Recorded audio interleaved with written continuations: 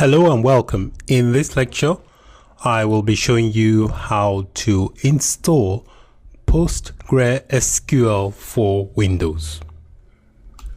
Please note that if you are running Windows 8 or Windows 10, you will need to create a Windows user account that has administrator role or privilege. You then need to use that user account you've created to run the installation.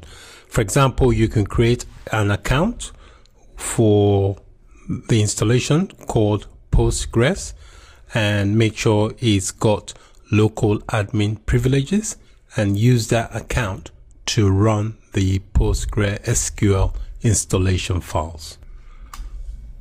I will be installing on a Windows 7 machine, so I don't need to create a special account for that. So locate your downloaded files.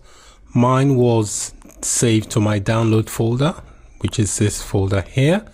So all I need to do is just run the installation. So I just right click on the file and select run as administrator to begin the installation process. So it will initialize the files, which can take a while. The processing power on your local computer basically will determine how long the installation will take. But on an average, it take more than 5-10 minutes. So once you're done, you should get, once it's initialized, you should get this screen come up. Click on next. You are presented with an installation directory and there is a suggestive location here. I would recommend you accept that. If you don't want that, you can click here and select a location where you want it installed, but I will strongly advise you just accept it, especially as this is a test environment. Click next. Again, you're prompted for a location for the data directory. A location has been put in there for you. You can accept that or select your own. I will advise you accept the location that has been suggested for you. Click on next. This is important. You need to enter a password and also retype the password. This password you will need to enter each time you try to connect to the database. Very important you enter a password that you can remember. I have entered the password and I've also retyped the password. So enter one you can remember and click next. This is auto-populated.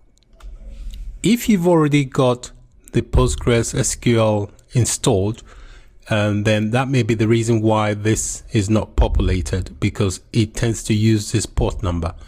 So if you haven't got it installed and this port number is not available, then you need to do some troubleshooting, because this port has to be available for PostgreSQL. So this is usually auto-populated for you. Click on the next button. Again, this should be auto-populated. Accept the default locale. Click next. It says setup is now ready to begin installing PostgreSQL on your computer. Click next. And this process can take a few minutes, again depending on the processing power of your local computer, so please be patient. Once the installation is complete, you will get a screen like this come up. You can uncheck this. This stack builder basically enables you to install other stuff that you may need for the PostgreSQL installation. But because this is a test environment, I'll just uncheck that and click finish. So we have successfully completed the installation of PostgreSQL. Thank you for your time and bye for now.